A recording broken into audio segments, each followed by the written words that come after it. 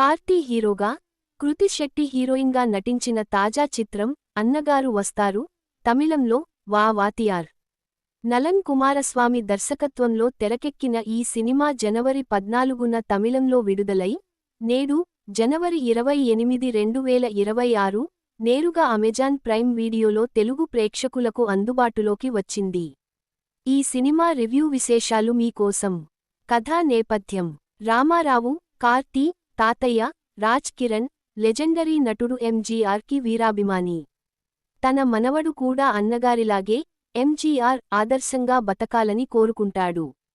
కానీ రామారావు ఒక అవినీతి పోలీస్ ఆఫీసర్గా తయారవుతాడు.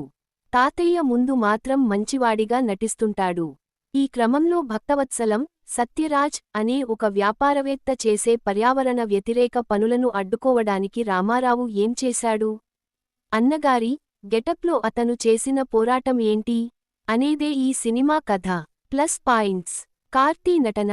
ఎప్పటిలాగే కార్తీ తన ఎనర్జీతో సినిమాను నిలబెట్టాడు. ముఖ్యంగా ఎంజీఆర్ గెటప్లో ఆయన చేసే కామెడీ, యాక్షన్ సన్నివేశాలు అలరిస్తాయి. కామెడీ: ఫస్ట్ హాఫ్లో కార్తీ మరియు అతని గ్యాంగ్ మధ్య వచ్చే కొన్ని సీన్స్ నవ్విస్తాయి. ప్రొడక్షన్ వాల్యూస్: సినిమా మేకింగ్ రిచ్గా ఉంది. సంతోష్ నారాయణన్ బ్యాక్గ్రౌండ్ స్కోర్ కొన్ని చోట్ల బాగుంది. మైనస్ పాయింట్స్: నీరసించిన కథనం. ఫస్ట్ హాఫ్ ఆసక్తికరంగానే మొదలైనా, సెకండ్ హాఫ్ వచ్చేసరికి కథనం గాడి తప్పింది. సన్నివేశాలు సాగదీసినట్లు అనిపిస్తాయి. కృతి శెట్టి పాత్ర. హీరోయిన్ కృతి శెట్టికి ఈ సినిమాలో పెద్దగా ప్రాధాన్యత లేని పాత్ర దక్కింది. ఆమె పాత్రను సరిగ్గా డిజైన్ చేయలేదనిపిస్తుంది. Main villain track. సత్యరాజ్ వంటి నటుడిని పెట్టుకున్నా, విలన్ పాత్రలో సరైన బలం లేకపోవడం సినిమాకు పెద్ద మైనస్. కనెక్టివిటీ లోపం. సినిమా అంతా తమిళ వాసనలు ఎక్కువగా ఉండటం వల్ల తెలుగు ప్రేక్షకులకు అన్నగారు, ఎంజీఆర్ రిఫరెన్స్ అంతగా కనెక్ట్ కాకపోవచ్చు. విశ్లేషణ: దర్శకుడు నలన్ కుమారస్వామి ఒక విభిన్నమైన పాయింట్ను ఎంచుకున్నప్పటికీ, దాన్ని పూర్తి స్థాయిలో ఎంటర్టైనింగ్గా మార్చడంలో తడబడ్డారు.